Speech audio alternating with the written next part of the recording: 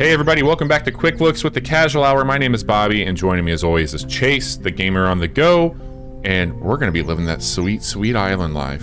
That real relaxing island life. Oh, Animal Crossing New Horizons? Okay, I'll get my Switch. Grab your Switch. I'm gonna come to your island, and we'll have a lot of fun there. It'll probably crash. Yeah, it'll crash a few times. Today we're playing Islanders, and before we hop into these islands and show you what's going on, please like and subscribe to our channel where we do quick looks and streams, and we bring them over to YouTube and have a good time. We record podcasts. It's a good place to be, and we want you there with us, so like and subscribe where you can. Chase, while I fire up my island here, which we are in now, see how that's a smooth transition right into it. Yeah. Why don't you tell me a little bit about this game if you can? Sure. Islanders is developed by GrizzlyGames. It's not a specifically new game. This has been out on PC since 2019, but it got a Switch version and a console version of PS4, PS5, Xbox One, Xbox Series X, and S version in 2021. So it's kind of been getting a bit of a resurgence here. This is not an expensive game, Bobby. It is it is $5 on Steam right now, so you can absolutely get this. Actually, it's part of a Serene City Builder bundle on Steam that includes Islanders, Townscaper, Dorfromantik, two other games that we are big fans of here, and then Cloud Gardens, which is something I haven't played, but it sounds fun. That's a hell of a bundle. And that bundle's $35, so if you want to go for that, there's some fun to be had there. I actually played this game before. I think we've talked about this on the show a couple times before, our podcast, The Casual Hour, which goes every Wednesday at 10:30 p.m. Central Time. I picked this up when it first came to Switch. I think it was part of an Indie World or maybe a Direct or something, and I thought, hey, it looks cool. It was really cheap. So let's give it a shot. And now you've gotten into it, and I'm excited to see what you think of it. So what's up with Islanders here, Bobby? Yeah, thanks, Chase. I really enjoy this as a palate cleansing game. Some nights, like as I'm wrapping up, maybe like a more intense play of a game, or if I just have a little bit of time to kill, I'll pop open Islanders and take its easy breezy approach to city building and cityscaping. And down here at the bottom, there's a few things I want to draw your attention to. So over here in the bottom left corner, you're going to see our score. This is going to be fed by coins that we get for placing items on our island. The items that we can place and the amount of those are here on my central bar. So I've got these mansions, and when you mouse over it, you get a tooltip that pops up, and it gives you the explanation of like, hey, you're going to get these bonuses if you place this mansion by these items. You'll also lose points for those other things that are in range. And then over here is the progress to our next island when we fill this with points to travel to a new island. So your score stays with you. That second part is kind of the bummer to me. I played a game, Dragon Quest Builders, a long time ago, the first Dragon Quest Builders, and it would do something similar where you do the quest line and you'd build up this stuff, and it kind of felt like a Minecraft-y kind of game. But then when you completed that mission, you'd be sent to a new place and have to start all over again. And that was the bummer to me. It's like, I want to keep building this thing. I've got an attachment to this. But I think Islanders does it a little bit better, or at least it doesn't bother me as much because these island spaces that you're on are really small. And it contributes to the difficulty of placing things efficiently in here. But it also means that once you're quote-unquote done with this island, you probably have stuff filled up to the point where, hey, I need to move on to a new place if I won't even be able to place any item. And so in that way, it gives you a progression. Unfortunately, there's no way to come back to your islands once you've completed them, once you've sent them off. They just kind of go into the ether. But you do at least keep the score and the kind of roguelike-y elements, I suppose. Like you keep all the research and the new building information that you have from your those things down here. Yeah. So the way it works, I've been working on this little cluster for a while, and this is the most the happiest I've been, I should say, with how things have kind of played out. So when you first got here, there was none of these water plateaus that you could use. So I've been placing those around here and trying to make this look more like a little fishing village. And as you saw while Chase was talking, I can mouse over these and see what I have placed in case you don't remember what those items are. Because it's very minimalistic, the entire approach to it. So down here, I'm just going to grab a mansion, and I'm going to look for a city center. So I've got 2 city centers right now, and I get bonuses if I place these. Now I can rotate this around, and I'm playing on PC. I don't know what it's like on Switch, but I can just use the middle mouse button to rotate this, and that's pretty helpful. It's fine on Switch. I wouldn't say it probably plays way better on PC, but it's fine on Switch. It totally works. Now, one of the things that happens also, I have mansion selected, and you can see that I had more of this L-shaped one that I put down here. But the next one that I don't have any say-so over is this more square shape. So I could come in here and try and place this, and it's going to give me a red indicator, and there's this bubble that goes around it, or I can, pick something different, like a house. Yeah, and you can see on top of those other buildings, like that one that says 4, and then there's the city center says 6. You can see the extra points you're going to get for placing these things within that radius. And that's really the long and short of the game. You're here to try to figure out, okay, what can I place that gets me the most points, that contributes to that score the most? Because once you've placed an item, you can't unplace it.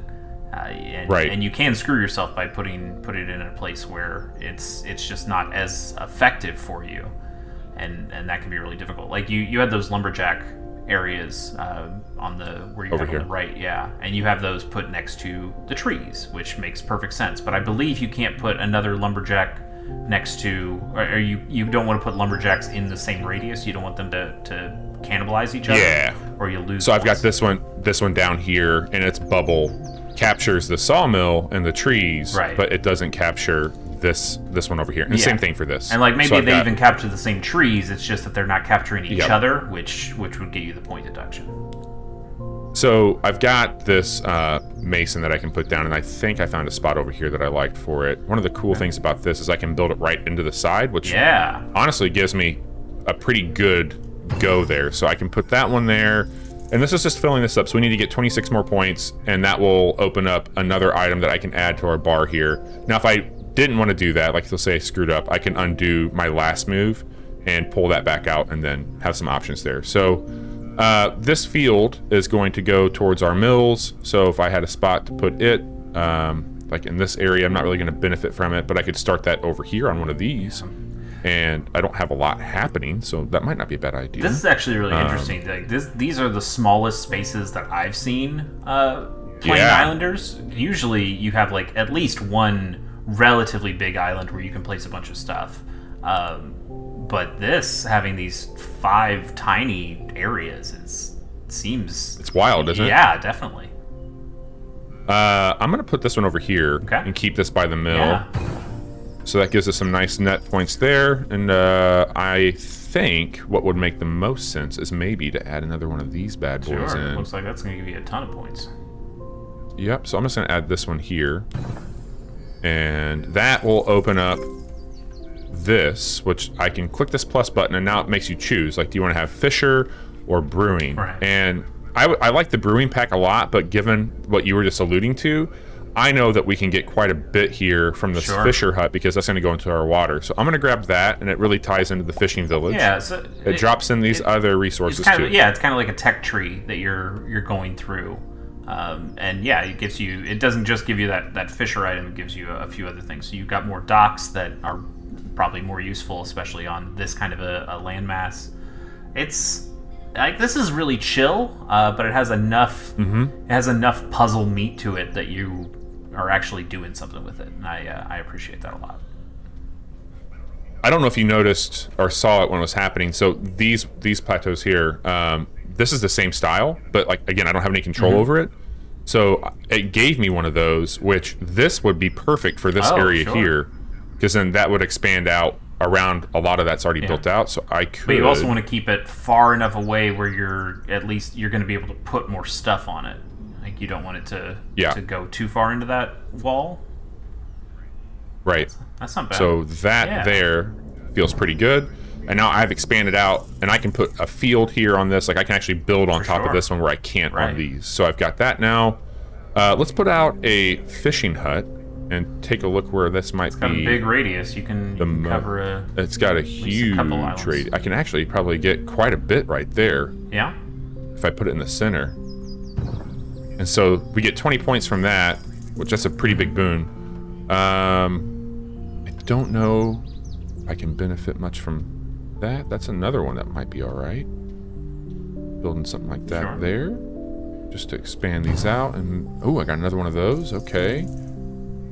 Maybe putting that over here would allow me to go a bit further and get around that side a bit easier.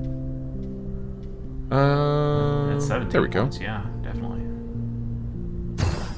So it might seem like the score is going to... I mean, we're almost to the next wave, and I've put, I think, 3 things down, maybe 4 things since we opened up that tech tree.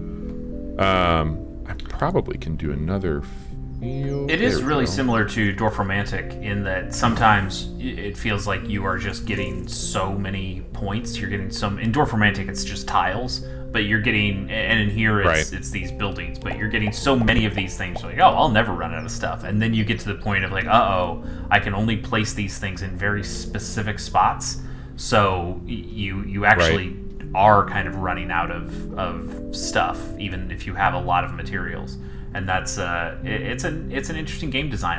I think I probably like Dorfromantic a little bit better, because that game is a little bit more structured. I kind of like the way we were messing around with that field there, where it was mostly red, where you couldn't really place it all that well, and then it was like a tiny little spot if you pixel hunted and were able to find it. I get that's the interesting part here, in that you're able to kind of finesse these things in. But I kind of think I'd like it better if it was just really structured of, hey, you can place these things in these spots and you need to do it as efficiently as possible. There's something a little too loosey-goosey here that I don't love as much, even if I still think the game is pretty cool. Yeah, I think it's a lot like, for me at least, you mentioned Townscaper in that bundle, and I think that there's something similar about that game too, where it's more just like, hey, get creative and make something, and that's what I like about this. Like, it gives me some rules, and the reason I put that there really quick is I'm going to put my brewery station and it also down there, gives you a bunch of points, so I can put, totally makes sense. Yeah, for sure. So I think if I put my hop field in that corner, I can bring this brewery over here and capture that in a nice way. You know, I don't think we're going to fill up this island by any stretch in this quick look here, but I did want to take some time just to recognize it's nice to... I don't want to call this game mindless, because I think that that's a disservice to it, but I don't have to think too much about, like...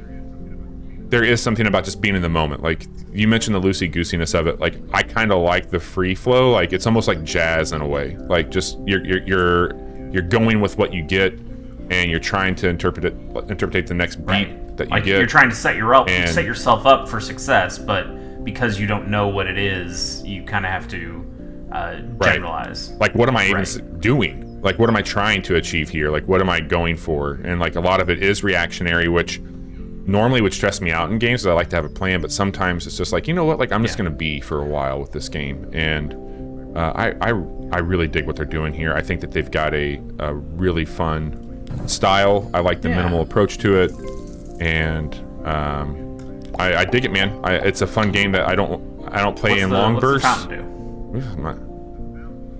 The fountain gets a bonus for each nearby city center, statue, park, mansion, and house. So yeah, if you can sneak it in there, it'll probably get you a bunch of points. I don't know if you have enough room though. Never enough room. Yeah, it's not gonna really net much there either. And you can't undo. Now let me see something here. If I come over to this, that's not a bad idea. Sure.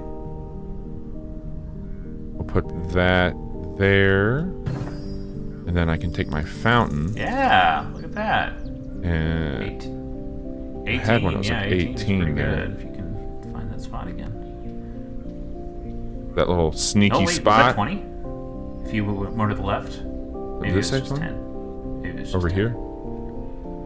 Okay. Can you zoom in anymore? Sit. Okay. No.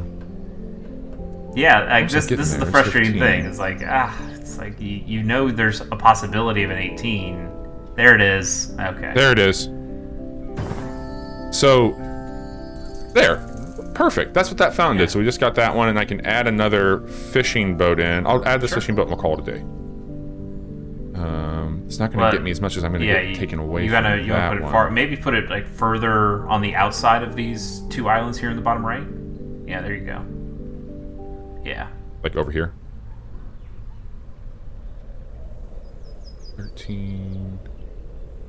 Let's do that right there. That feels good. Nice. This is Islanders Chase. I've really enjoyed taking this little slice of life with you here. Again, very pretty game. You can do a photo mode on it. It's available everywhere, super cheap, and I think that there's quite a bit that goes with it. Very enjoyable, very serene. If you enjoy this type of game, we talk about games like this Wednesday nights at 10:30 on our podcast, Casual Hour. We also play games like this sometimes on Mondays and Fridays. And we post quick looks 2 times a week over on our YouTube channel. Like, subscribe, hang out, drop a comment, let us know what you think about the game. And we will be back, I guarantee it, with even more quick looks in the near future. Take care, everybody.